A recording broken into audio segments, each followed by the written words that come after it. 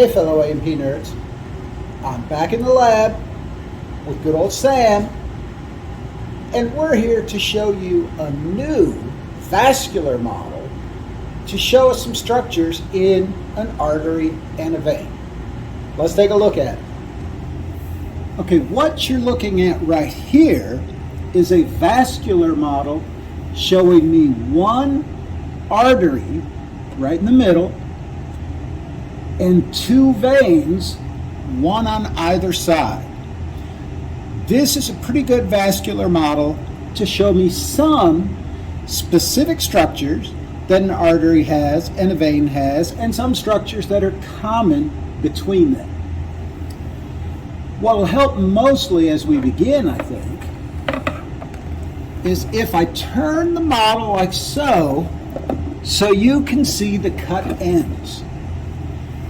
The artery is very visible because it has an extra thick, smooth muscle layer in its wall. The two veins, here and here, have a much thinner, smooth muscle layer in their wall. Arteries tend to be larger, thicker walled. Veins tend to have a thinner wall. I can see these two right here are veins. This one is an artery. I can also tell that this blood vessel right here is a vein because it has two valves visible. What the model builders did was cut this in longitudinal section so I can see a semilunar valve here and a semilunar valve here, characteristic of a vein. So remember, veins have valves. This vein over here was not cut to show me that, but vein, artery, vein on this model. You will have lab instructors once in a while that will claim this one is an artery. It is not. This one's a vein. Even the makers of the model tell us this one is a vein.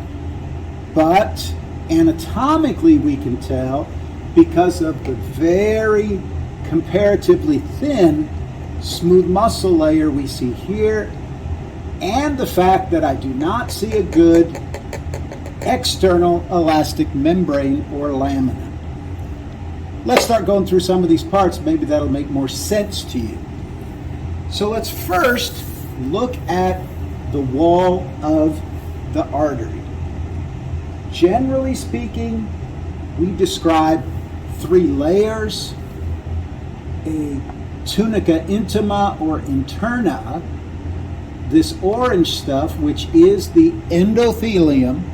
And you might remember from previous study that endothelium is just epithelium on the inside. So this orange layer right here is the endothelium. And I don't want you to panic because at the end of this little video, I'm going to go through a little quizzing with you naming these structures.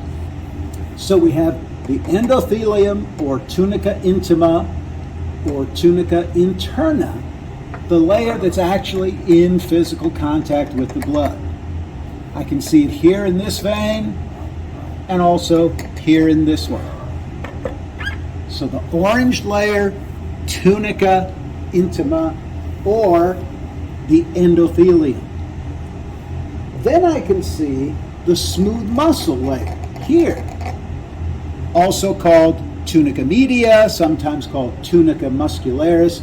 Smooth muscle layer here, also here.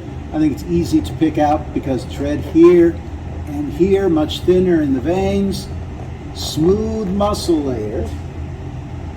And then I can see what is the connective tissue on the outside of these blood vessels, sometimes called tunica externa or tunica adventitia. Pretty easy to pick out on these veins because I see these tiny little cut blood vessels in it. So endothelium on the inside, smooth muscle layer, red sheets of smooth muscle, and tunica externa, sometimes called adventitia, on the outside. Again, I know this one's an artery because look at that thick, smooth muscle layer compared to the two veins. I can also tell that this one's an artery because I see two elastic membranes here and here. I can see both an internal elastic membrane, or lamina, many people like to say, and an external elastic lamina. Those two things are typically very obvious on an artery on either side, internal and external, of the smooth muscle layer. Notice here in this vein, only the internal is visible here. Internal elastic lamina. So an artery, I typically see both very easily, and I have that extra thick, smooth muscle layer. Vein, valves, endothelium,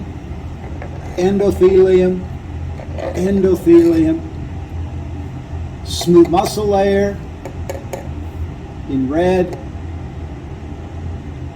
And look at these little cut blood vessels out here in the connective tissue surrounding the vessels. You might recall that in Latin, we call these things the vasa vassorum, the vessels of the vessel. These are the small vessels that supply blood to and from these larger vessels.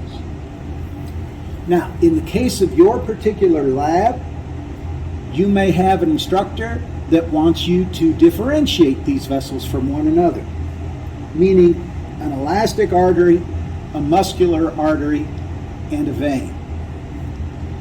We'll have to call the biggest one the elastic artery.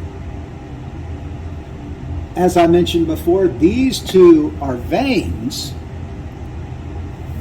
and this one right here, shooting off the elastic artery, is a muscular artery.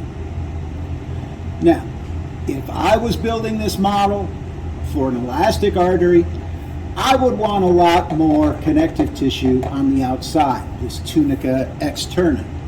But I didn't build the thing, so we're stuck with what we have. So, elastic artery, muscular artery, and two veins, as I would name them on this particular model. Now, you may have a lab instructor that wants to call this one an artery. Between you and me, it's not an artery, it's a vein, just like this one. But if your lab instructor insists on calling this one a muscular artery, well, you might want to just go with that to get your point on a lab quiz, but we'll call this one a muscular artery and this one an elastic artery if I'm forced to. And as I said before, I'm not really crazy about this one as an elastic artery because I want more connective tissue in the wall, but that's just me. Now let's do a little quizzing on this vascular model. You know how this works. I will point at something, then the names will follow.